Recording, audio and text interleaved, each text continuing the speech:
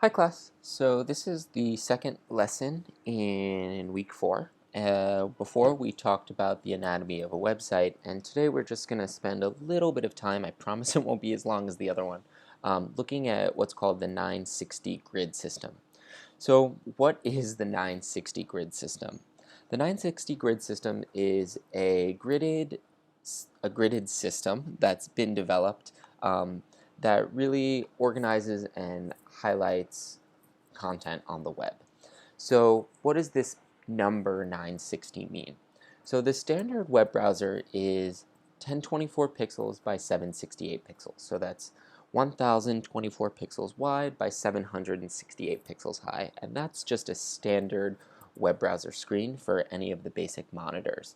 What the 960 grid system does is it constrains designers to put the majority of their content in a 960 pixel wide box. Now, the reason that that is set is so that all the content can be viewed on a web browser. If a web browser is 1,000 pixels wide and all of your content is 1,200 pixels wide, a lot of your content is going to get cut off because the web browser isn't going to be big enough to fit it. So it's really become standard practice to make sure that all of your content fits within this 960 box. I've posted a link on the class website to download a 960 grid template, and let's just take a look at it for a second. So the zip file is going to be called 960, and when you open it, I want you to go to templates, and there's a bunch of different templates for a bunch of different programs. Some of them are wireframing programs that we're going to look at next week. We have one for Illustrator. I generally use the one in Photoshop. And basically, there are 3 different grids that break up that 960 pixels into 12 columns, 16 columns, and 24 columns. So here you can see the 12 columns. The columns are going to be a little bit wider. The 16 columns are going to be a little bit skinnier. And then the 24 columns are going to be the most skinniest with even space in between. If we open that up in Photoshop, or Illustrator, or whatever design program of your choice, you can see that we have a layer here that shows the 24 columns, which we can toggle on and off. But if we also put in our guides, you can see that the guides are there too, breaking up all the content. So when I'm designing a website, and we're not going to spend too much time on this, generally I would make the header, and I would go like this to make sure that my header is 960 pixels wide. Let's put a color in there. And then we could have our body content or our featured content, which would maybe be something like that. And then we could have our content on the side. I know this is a little sloppy. I'm not being totally exact. Here's our advertisement or our sidebar.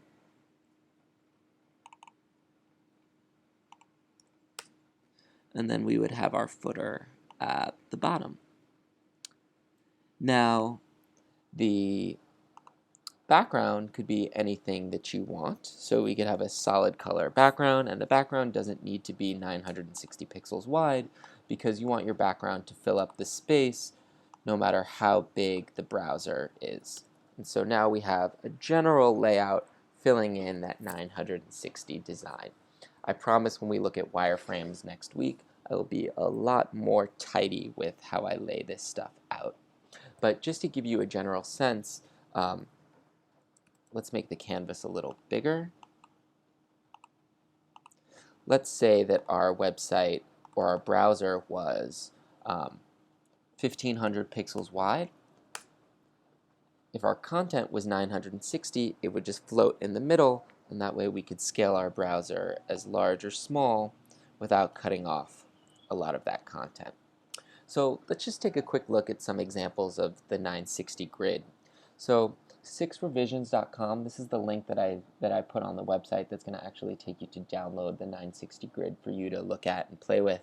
But they have some really great examples on this website that give you a sense of why the grid is important. So let's look at these two layouts. This one at the top, you can see that it's really organized and the space in between the content, which is called the gutter, is evenly distributed, which creates a really nice, pleasing look for the eye, as opposed to the one below, where the left edges are misaligned, the space in between the content is inconsistent, and it creates a kind of jumbled, chaotic look. What this website has done, though, is it has organized a bunch of different ways that you can space out your content along that grid by the 12, 16 grid columns. So here it'll break it down into pixels.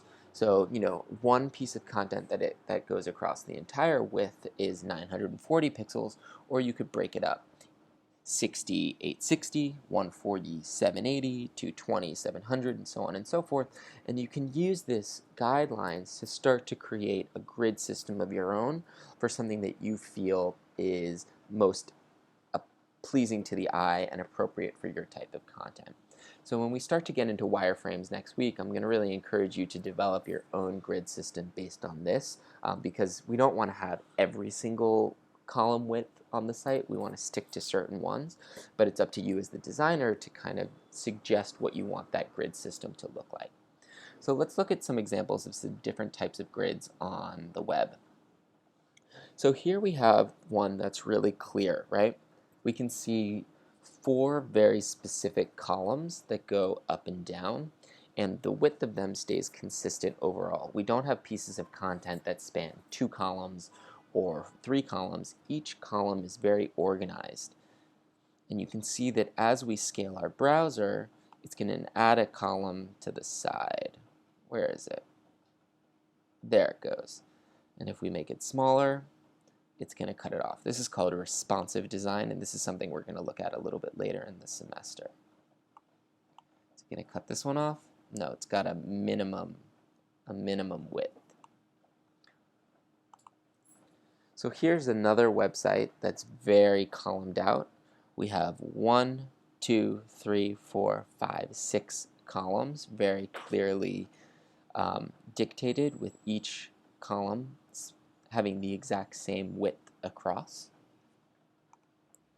So here's an example where it's really broken up. You can see that here at the top we have 6 boxes, and then here it's broken down into 2 boxes. Then we have 3 boxes, then we have 2 boxes again, and then we have 3 boxes and 1 giant box. So this is really played with the grid system to break it up. Now, I have a plugin on Safari that allows me to actually see the columns. You can download this Safari extension. It's called 960. And if I right click, I can toggle on a grid to actually get a look at it. So here you can see now the grid is overlaid with these white columns, so you can really start to see how it's broken up, even though this website is pretty clearly delineated at how the columns are broken up on this website. Here's another website that has multiple columns within it to really break up the content. We have the 2 pieces of content side by side, and then underneath it's been broken up into 4 smaller pieces, and then 4 smaller pieces underneath, and then we have 3 pieces. And breaking it up into these different widths really breaks up the flow of the site to highlight certain pieces of content. And finally, this last site does a really great job at mixing and matching the widths all together. I think that this is a really fascinating type of grid. A lot of Tumblr sites kind of look like this because it really plays with width and height in the grid system, but it doesn't feel chaotic or overwhelming because all the puzzle pieces fit really nicely together.